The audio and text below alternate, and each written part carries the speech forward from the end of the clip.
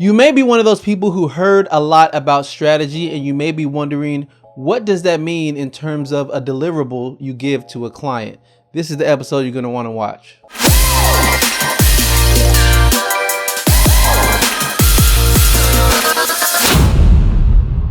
What's up to all my freelancers, designers, and creatives? This is Nathan. Welcome to another episode of Freelance Jumpstart, where we bridge the gap between creativity and business. And what we've been doing lately in a series of videos is just talking about strategy.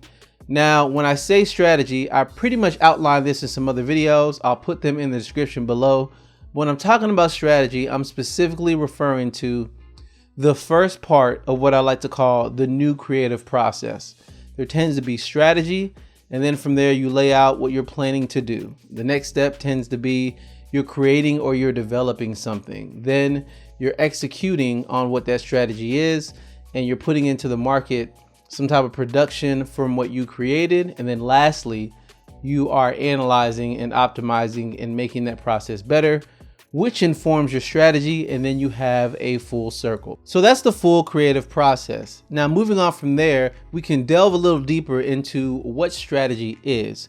And I defined that last time that companies have a mission and vision, and then there's a roadmap and execution, and strategy is the very thing that bridges the gap between the mission and vision of a company and then them executing on what that mission and vision is. Or in other words, what they aspire to be and what they're actually doing. Strategy is bridging the gap between those two. So you're trying to get somebody to a certain place, and you know how exactly to go about getting there, or the best methods to use to get there. Or in other words, a company sees where they would like to be, and your strategy is the very thing that's going to bridge the gap, and you're going to help them do the things that will allow them to get to where they want to be. I've seen a lot of videos and content surrounding strategy and people talking about it.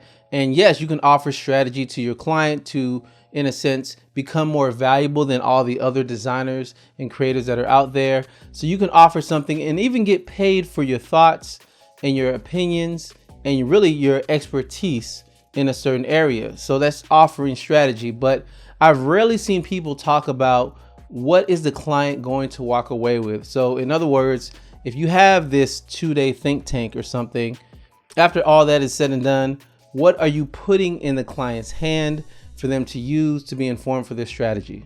That being said, here are some actual deliverables you can give to the client when you're selling strategy. So it's not about just having a meeting. It's not about note taking. It's not about listening to a client and saying, okay, I can solve your problem. Here's the answer. There's some actual deliverables you can give them, and here's the list right here.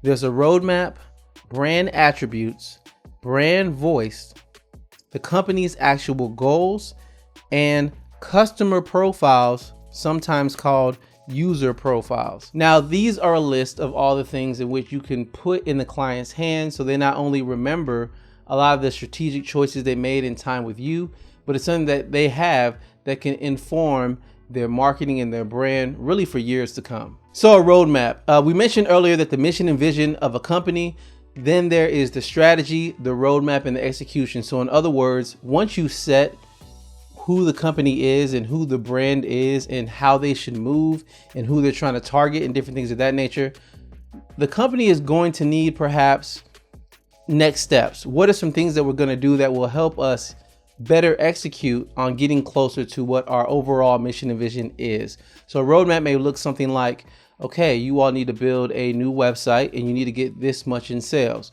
Once you get this much in sales, you can highlight some of your best customers and in a sense turn them into influencers. And then there'll be a social media campaign highlighting your best customers, and whoever resonates with that ad, you're going to create a lookalike audience. And then from that point, you're going to, and the list goes on, right? You're mapping out, these are the next steps or a roadmap of directions to follow that will get you closer to your destination. Sometimes that roadmap might include you and your firm. So in other words, maybe you're a designer or a web designer like myself.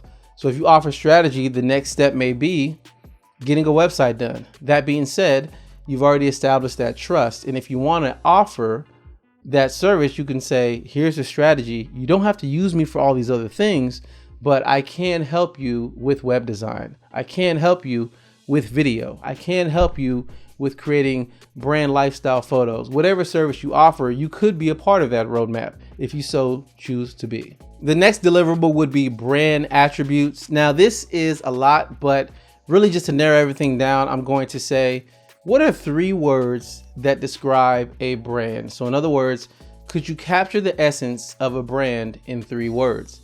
A lot of times they say 1 thing is a coincidence, 2, happenstance, 3 is a pattern, right? So what are 3 words that would create, or in a sense, capture the entire essence of what your brand is and what your brand represents? What I tend to see a lot of time is many different businesses and many different brands, they don't necessarily have these things down, these brand attributes. So they don't have an identity and they're not 100% sure what they're supposed to do in their marketing. One thing in their marketing, they're telling jokes and, making light of things. When the other end of the marketing, they're being very serious. The other end of the marketing, they're being very socially conscious. And the other end of the marketing, they're being political. They're all over the place because they haven't necessarily defined things for their brand or really brand values. And creating brand attributes can help with all of that. Going off from there, you have brand voice.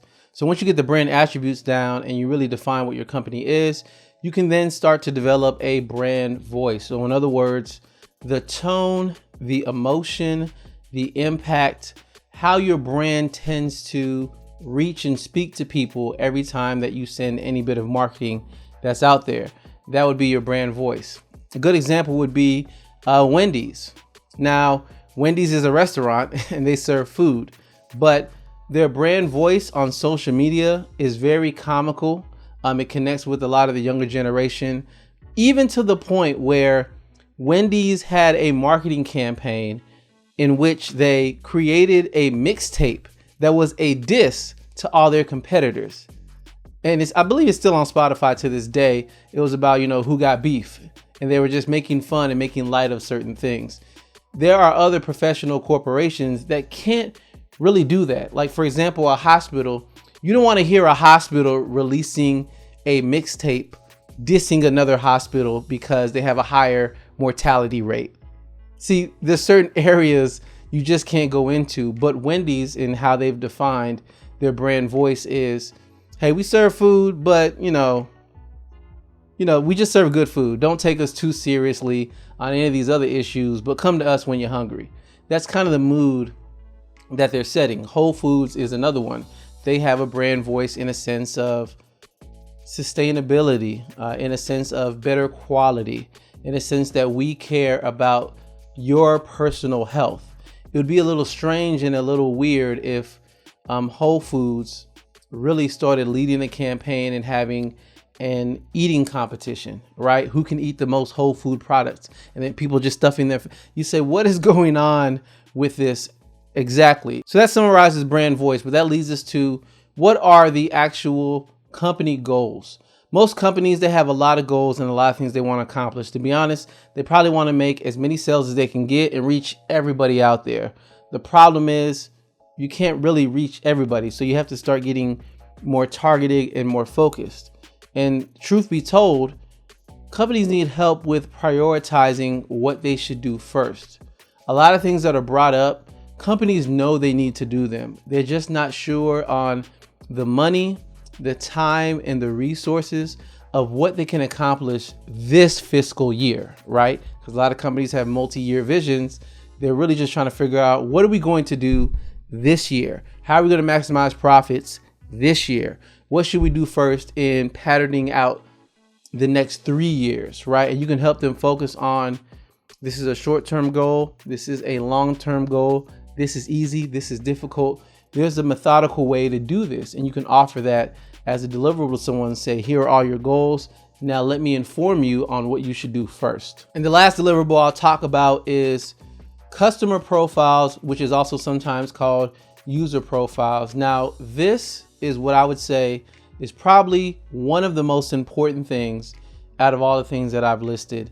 Of course, if you define brand attributes, that tends to make its way into a lot of other things that we've mentioned. So that's pretty high up the list, but right up there with it is customer profiles. And I like the way Ben Burns really said a quote that I think is really impactful. He said the following: if you don't know who your customer is, you won't know where to find them. Very simple quote, but a lot of people, brands, businesses, they create something, they create a product, they create a service, and they want to reach everybody. That's not true. That's too wide of a target, right? If you really want to reach your specific audience, you're going to have to define who is your ideal customer, right? Who is your average customer? And really, that being said, to look a little deeper into customer profiles, I think a similar quote that I coined is very telling as to what to do next. I would say, if you don't know the identity of your brand, you won't know how to talk to your customer. So these two quotes work in concert. In other words, you have to define who you're targeting so that you know how to talk to them, how to reach them, what tones you can play off of, what brand voice you can build. So really, these two things inform one another. So again, brand attributes is probably just as important as defining who your customer profiles are, or who that user profile is. And if you've never seen a customer profile before, it's a detailed description of what I would say who your average customer is. So how old are they? What is their household income? Where do they live? What other things do they like? What do they do? Do they have a large family? Are they married? Are they single? You know, what are the dynamics, the demographics, and the psychographics behind the person who most benefits from your product or service? You're going to have to define this. You're going to have to write this out, because you may find that your average customer, or the person who buys from you the most, is not the same as the ideal person that you want.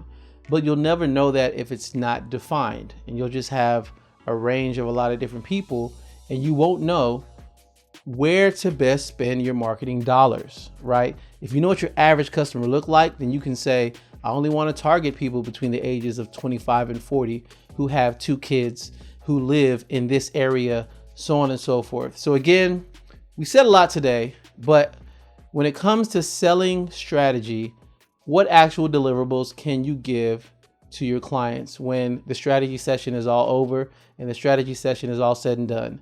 That would be a roadmap, brand attributes, brand voice, what their actual goals are, so goals for the company.